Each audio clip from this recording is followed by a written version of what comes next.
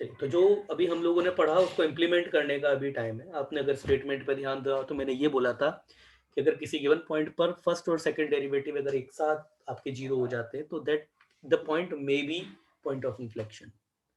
ठीक है ना? शुड भी नहीं बोला मैंने, कोई अभी भी कोई पक्का नहीं है। आगे जाकर के आपके एन डेरिवेटिव टेस्ट भी लगते हैं, वो भी इसी में ही आएंगे अभी आगे जाके, तो उनको बारे में जब पढ़ेंगे तब हम इसके बारे में बात करेंगे। ठीक है ना? अब बात करते हैं थ्योरी की। अभी हमने क्या पढ़ा है कि अगर किसी पॉइंट पर, किसी पॉइंट ए पर अगर मेरे को मोनोटोनिसिटी बतानी है तो क्या चेक करूंगा? एफ ऑफ ए। अगर मेरा F of A plus H से छोटा है और F of A minus H से अगर मेरा पॉइंट बड़ा है, ये फंक्शनल वैल्यू, तो ये किसका रिलेशन है? ये मेरे पास x इक्वल टू ए पर मेरा फंक्शन मोनोटोनिकली इंक्रीजिंग का रिलेशन है। सिमिलरली एक और रिलेशन भी एग्जिस्ट करता है जो डिक्रीजिंग का होता है। और अभी मैंने अगर इंटरवल में देखा तो इंटरवल में मैंने कहा कि अगर मेरा फर्स्ट डेरिवेटिव, अगर फंक्शन डिफरेंशिएबल है, यस फंक्शन डिफरेंशिएबल है, तो अगर मेरा फंक्शन डिफरेंशिएबल है तो सिंगल डेरिवेटिव जहां जहां पॉजिटिव है वहां इंक्रीजिंग है, जहां जहां नेगेटिव है वहां डिक्रीजिंग है। मगर अगर ऐसा हो रहा है कि x इक्वल टू ए के आसपास फंक्शन तो इंक्रीजिंग दिखा रहा है मगर x इक्वल टू ए पर नहीं दिखा रहा है, जैसे अभी जो घटना हुई थी क्या हुआ था? F of x equal to x cube हुआ था, इसका डेरिवेटिव निकाला 3x²। तो ये जब मेरे को पॉजिटिव रखने की बात आई तो ये दो मतों में बट गया, यहां पर भी पॉजिटिव है, यहां पर भी पॉजिटिव है, यहां पर पॉजिटिव नहीं था। तो जब यहाँ पर पॉजिटिव नहीं था तो फिर मैंने क्या करा, यहाँ पर मैंने चेक किया कि क्या यहाँ पर इसका डबल डेरिवेटिव जो है वो भी तो कहीं जीरो नहीं है। तो देख के जब देखा तो वो डबल डेरिवेटिव जीरो ही आ गया। तो इस बात को नोट करके लिख लेते हैं, इफ, ठीक है, कोई स्टेटमेंट में बांध देते हैं इसको ताकि गलतियां ना हो बच्चों से। इफ अ फंक्शन या फिर if given function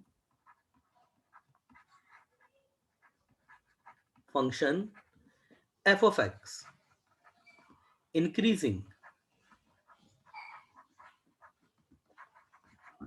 at x should be positive and also increasing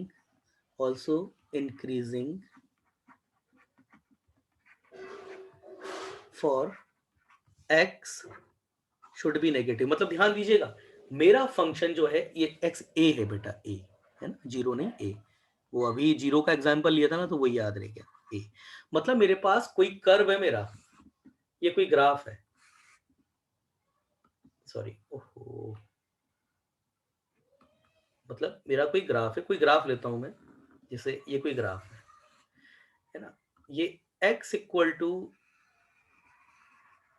ये मेरे पास a है। देखो यहाँ पर x इक्वल टू ए पे कॉन्केविटी वैसे अच्छे से बना देता हूँ इसको, ये कोई ग्राफ है, ठीक ना, ये x इक्वल टू ए है ना। a के पहले यहां पर भी मेरा फंक्शन इंक्रीजिंग है और यहां पर भी इंक्रीजिंग है, ठीक है, यहां पर भी इंक्रीजिंग है। तो इसका मतलब क्या होगा? Then function also increasing at x equal to A. समझ में आई बात भक्ति? मतलब पॉइंट ऑफ इन्फ्लेक्शन को चेक करने का सबसे अच्छा तरीका क्या है ना, या तो वैसे कर लो, अगर गिवन पॉइंट पर शक हो रहा है आपको तो ऐसे कर लो, या फिर इसी चीज को देखने का सीधा सीधा तरीका कि x इक्वल टू ए के बाद भी इंक्रीजिंग है, x इक्वल टू ए के पहले भी इंक्रीजिंग है, तो फिर पक्का है कि x इक्वल टू ए पर भी इंक्रीजिंग हो रहा होगा। समझ में आई बात भक्ति? हाँ सर। ठीक है, अरविंद क्लियर है? पार्थ, सोहम क्लियर है? हाँ सर। पार्थ क्लियर है बेटा? ओ पार्थ, पार्थ नाराज हो गया भाई, पार्थ ने आज माइक बंद कर लिया अपना, तो मैं बात नहीं करूंगा भाई सर से। मैसेज आ गया भाई, छोरे पार्थ का यही है। हाँ भाई क्लियर है। चलो पार्थ, अगर क्लियर है तो बेटा इस बात का जवाब दो। ये देखो पार्थ, ये स्टेटमेंट तुम्हारी आंखों के सामने लिखा है, ये जस्टिफाई कर गया।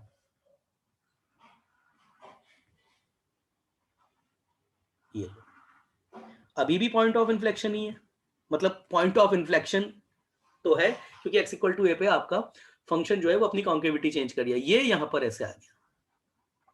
क्या अभी भी x इक्वल टू ए पर फंक्शन आपका मोनोटोनिकली इंक्रीजिंग है क्या? पार्थ जवाब दीजिए भाई। अगर ऊपर वाला स्टेटमेंट सही है तो फिर ये कंडीशन भी वैलिड होनी चाहिए।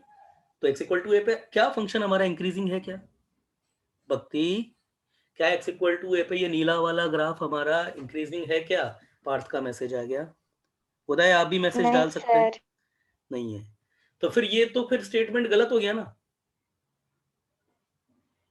फिर तो ये स्टेटमेंट गलत हो गया। यहां पर हमारे पे क्या क्या है, x इक्वल टू ए, हमारे पास x equal to a the point of maxima, हालांकि लोकल मैक्सिमा है वो, है ना।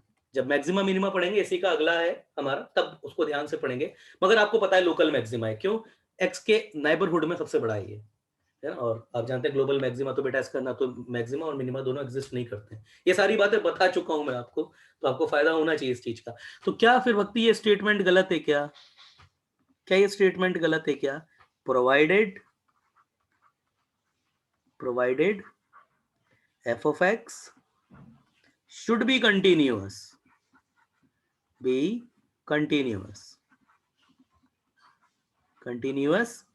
at x equal to a। अब सही है, मतलब हमारा graph x equal to a के बाद भी इंक्रीजिंग है, x इक्वल टू a के पहले भी इंक्रीजिंग है। तो x इक्वल टू a पर भी इंक्रीजिंग होगा कब? जब x इक्वल टू a पे पहले कंटिन्यूअस होना चाहिए।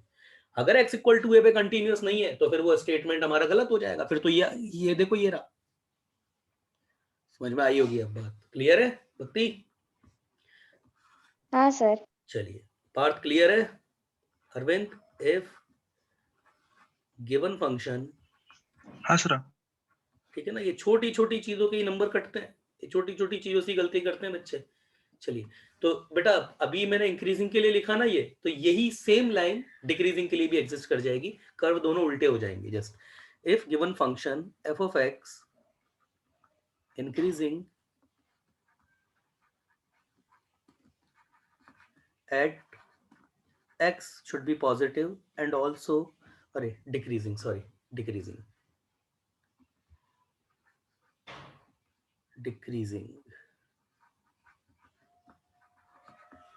at x equal to x should be positive and also decreasing for x should be greater than a, x should be lesser than a, then at x equal to a function is also decreasing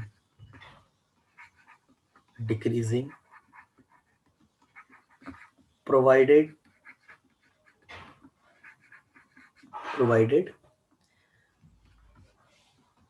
function is continuous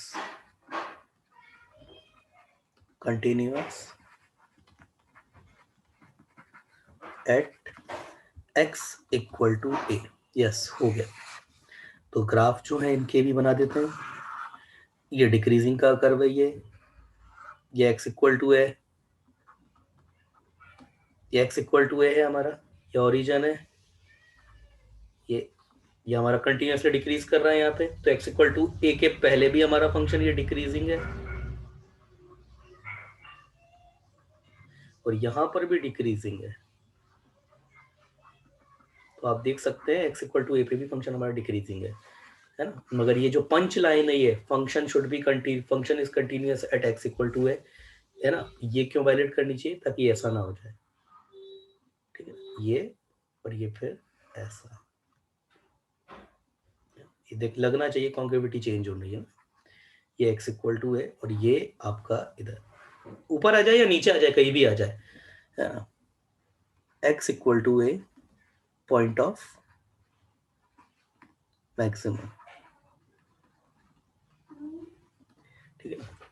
चलिए भाई, point of maxima हो या point of minima हो, ध्यान से सुनना मेरी बात। पॉइंट ऑफ मैक्सिमा हो या पॉइंट ऑफ मिनिमा हो, कभी भी आपके मोनोटोनिक इंटरवल में नहीं आ सकते, क्योंकि x equal to a plus और a माइनस पे होना तो डिक्रीजिंग की कंडीशन को फुलफिल कर सकते हैं ना, इंक्रीजिंग की, क्योंकि वो तो दोनों से बड़े या फिर दोनों से छोटे होंगे, है ना। तो ये गलती मत करना, मैंने पहले भी बता दी इस बात को कि कई बार जो होता है इंक्रीजिंग या डिक्रीजिंग जो पूछा जाता है, तो वो क्या करते हैं ना बच्चे, वो पॉइंट ऑफ मैक्सिमा जहां पर आपका x equal to f dash x जो है वो 0 हो जाता है, उसको भी लिख देते हैं। तो मैंने शुरू में ही, क्लास के शुरू में ही वो बात बता दी है, उसको ध्यान रखिएगा, ठीक है। अच्छा चलिए, ठीक है, देखिए आज जो मैं टारगेट लेके चला था, जितना बताना था वो पूरा नहीं हुआ, तो आपको इसके बाद एक लेक्चर, आज इतना तो लेक्चर आपका क्लियर है ही, मुझे नहीं लगता इसको कोई भी बच्चे को देखने की ज़रूरत है। 1 घंटे का एक्स्ट्रा लेक्चर आपको देखना पड़ेगा। मैं शाम को आप लोगों से उसका बारे में बात करूँगा, आपको देखना ज़रूर है। और मैं फिर कह रहा हूँ, देखिए क्वेश्चन ज़रूर किया कीजिए, या आप लोगों के लिए भले की बात है। पेपर कितना भी आगे चला जाए, ये गलतफ़हमी मत पाल के चलना कि अप्रैल में होगा। या तो मार्च फर्स्ट वीक या फिर फरवरी लास्ट, बस इससे ज़्यादा नहीं जाएगा। ठीक है ना बेटा? मैं होम टाउन कोटा में ही हूँ, इसलिए बता रहा हूँ। तो ये मत गलतफ़हमी पालना बच्चे कि अप्रैल में होगा हमारा पेपर, नहीं होगा अप्रैल में। ज़्यादा से ज़्यादा मार्च फर्स्ट या फिर फरवरी लास्ट।